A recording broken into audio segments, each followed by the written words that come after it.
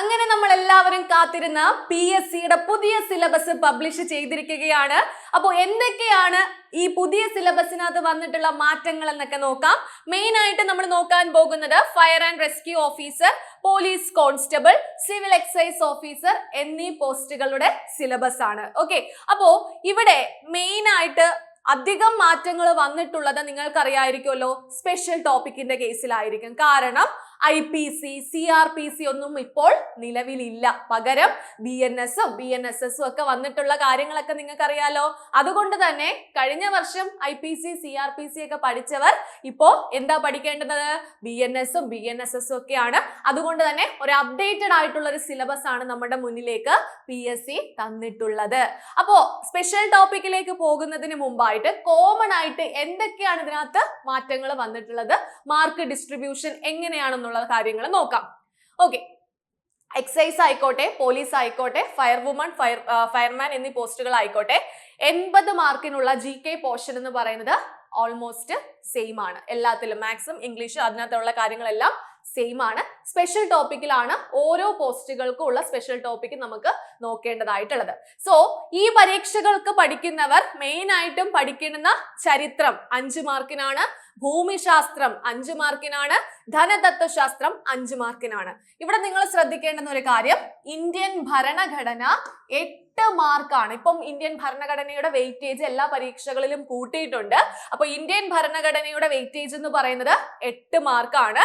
കേരളം ഭരണവും ഭരണ സംവിധാനങ്ങളും 3 മാർക്കിനാണുള്ളത്. ജീവശാസ്ത്രവും പൊതുജനാരോഗ്യവും 4 മാർക്കിനാണ്.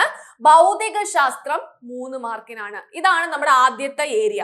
ഇനി രണ്ടാമത്തെ ഏരിയയിലേക്ക് പോകുമ്പോൾ രസതന്ത്രം 3 മാർക്ക്, കല, കായികം, സാഹിത്യം, സംസ്കാരം 4 മാർക്ക്, ആനുകാലിക വിഷയങ്ങൾ കറണ്ട് അഫയേഴ്സിന് ഇവിടെ 10 മാർക്കാണുള്ളത്. ദെൻ മാത്സ് ആണ്, മാത്സ് ആൻഡ് മെന്റൽ എബിലിറ്റിക്ക് എത്രയാണ്? 10 മാർക്കാണുള്ളത്. ഇംഗ്ലീഷിനും 10 മാർക്കാണ്, മലയാളത്തിനും 10 മാർക്കാണ്, പ്രാദേശിക ഭാഷയ്ക്കും 10 മാർക്കാണ്. അപ്പൊ ഇത്രയും പറഞ്ഞ സബ്ജക്റ്റുകൾ ഈ പോസ്റ്റുകൾക്കെല്ലാം സെയിം ആണ്, സെയിം സിലബസ് ആണ് ഉള്ളത്.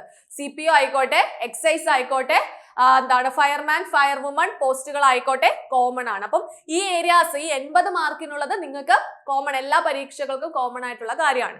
ഇനി ദാ നോക്കൂ, സ്പെഷ്യൽ ടോപ്പിക്കിലേക്ക് വരുമ്പോൾ ഓരോ പോസ്റ്റുകൾക്കും ആ പോസ്റ്റുമായിട്ട് റിലേറ്റഡ് ആയിട്ടുള്ള സ്പെഷ്യൽ ടോപ്പിക് ആണ് കൊടുത്തിട്ടുള്ളത്. അപ്പൊ നമുക്ക് സ്പെഷ്യൽ ടോപ്പിക്കിലാണ് ഏറ്റവും കൂടുതൽ ചേഞ്ചസ് വന്നിട്ടുള്ളത്. അത് നമുക്ക് നോക്കേണ്ടതായിട്ടുണ്ട്. മാർക്ക് ഒന്ന് നോക്കി വെച്ചോളൂ. 20 മാർക്കാണ് സ്പെഷ്യൽ ടോപ്പിക്കിന് കൊടുത്തിട്ടുള്ളത്. ഓക്കെ, അപ്പൊ നമുക്ക് നോക്കാം ഓരോന്നിന്റെയും special topic. First of all നമ്മുടെ പോലീസ് കോൺസ്റ്റബിൾ, ഒരുപാട് പേര് അപ്ലൈ ചെയ്തിട്ടുള്ള പോസ്റ്റ് ആണ്, ഒരുപാട് പേരെ എടുക്കുന്ന ഒരു പോസ്റ്റ് ആണ് പോലീസ് കോൺസ്റ്റബിൾ എന്ന് പറയുന്നത്. ഇവിടെ ഡീറ്റെയിൽ ആയിട്ടുള്ള ഒരു അനാലിസിസിലേക്കല്ല പോകുന്നത്, ജസ്റ്റ് എന്തൊക്കെയാണ് പ്രധാനമായി വന്ന മാറ്റങ്ങൾ എന്നുള്ള കാര്യങ്ങൾ മാത്രമേ പറഞ്ഞു പോകുന്നുള്ളൂ. ഓരോ പോസ്റ്റുകളുടെയും സ്പെഷ്യൽ ടോപ്പിക് റിലേറ്റഡ് ആയിട്ടുള്ള ഡീറ്റെയിൽഡ് അനാലിസിസ് നിങ്ങൾക്ക് പിന്നീട് അതിന്റെ ഫാക്കൽറ്റീസ് തരുന്നതായിരിക്കും. ഓക്കെ, അപ്പൊ ജസ്റ്റ് എന്തൊക്കെയാണ് മെയിൻ ആയിട്ട് വന്ന മാറ്റങ്ങൾ ശ്രദ്ധിച്ചിരിക്കുക. നമുക്ക് നേരത്തെ എന്തുണ്ടായിരുന്നു? IPC ഉണ്ടായിരുന്നു, CRPC ഉണ്ടായിരുന്നു, എവിഡൻസ് ആക്ട് ഒക്കെ ഉണ്ടായിരുന്നു, അല്ലെ? അതെല്ലാം റദ്ദ് ചെയ്തു. ഓക്കെ, ഞാൻ പറയുന്നൊരു കാര്യം ശ്രദ്ധിച്ചിരിക്കുക, ഇത് നിങ്ങൾക്ക് ആവശ്യമുള്ളൊരു കാര്യമാണ്. ഇവിടെ റദ്ദ് ചെയ്തു, പുതിയ നിയമം വന്നു എന്നതാണ് നമ്മുടെ മനസ്സിലിരിക്കുന്ന ഒരു കാര്യം, അല്ലെ? നിങ്ങൾ എല്ലാവരും ഇനി ഒന്നേന്ന് പറഞ്ഞ് പുതിയ നിയമങ്ങൾ പഠിക്കണോ എന്നുള്ള ചിന്തയിൽ ഇരിക്കുന്നവരാണ്. പക്ഷേ ഒരു കാര്യം മനസ്സിലാക്കുക, ഈ മെയിൻ ആയിട്ട് വന്ന ചേഞ്ച് എന്താന്ന് വെച്ചാൽ ആ നിയമത്തിന്റെ പേര് മാറി എന്നുള്ളതാണ്.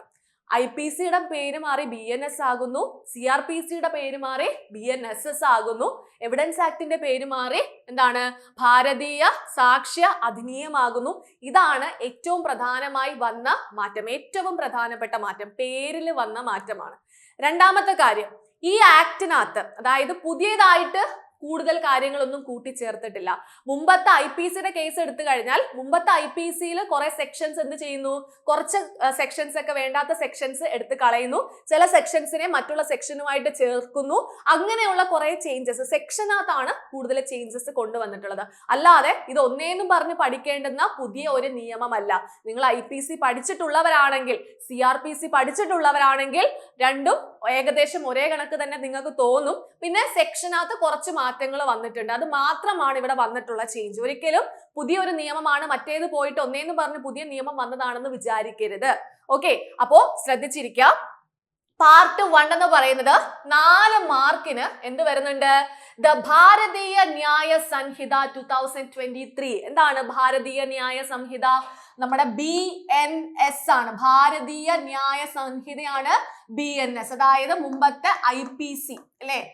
IPCക്ക് പകരമായിട്ട് വന്ന നിയമമാണ് ഭാരതീയ ന്യായ സംഹിത.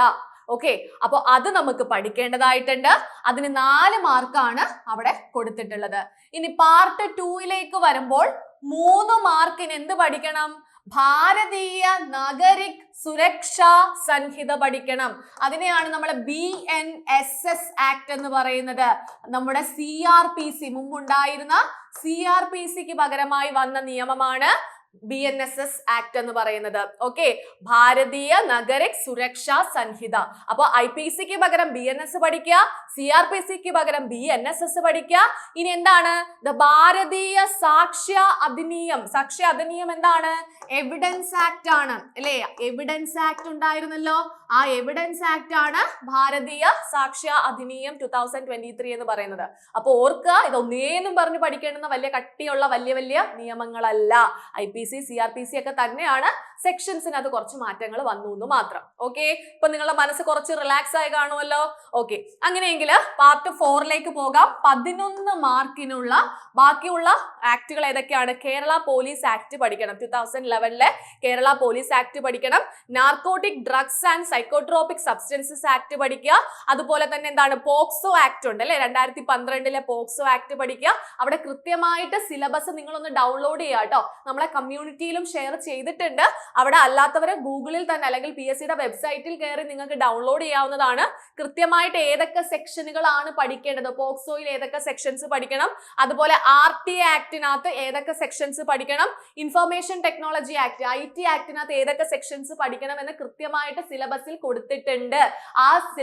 ആ ഒരു സെക്ഷൻസ് മാത്രം പഠിച്ചിട്ട് പോയാൽ മതി. ഒന്നേന്ന് പറഞ്ഞു മൊത്തത്തിലുള്ള നിയമങ്ങൾ ഇവിടെ പഠിക്കേണ്ട ആവശ്യം വരുന്നില്ല. ഓക്കെ, അപ്പൊ പേരുകൾ കണ്ട് ഞെട്ടേണ്ട ആവശ്യമില്ല. നമുക്ക് കൃത്യമായിട്ട് ഈ കേരള പോലീസ് ആക്ട് ആയിക്കോട്ടെ എല്ലാ ആക്ടിനകത്തും ഏതൊക്കെ സെക്ഷനുകളാണ് പഠിക്കേണ്ടതെന്ന് കൃത്യമായി പറയുന്നുണ്ട്. ആൻഡ് ഇതിന്റെ കേസിലും അത് തന്നെയാണ്. എല്ലാം പഠിക്കേണ്ട ആവശ്യമില്ല.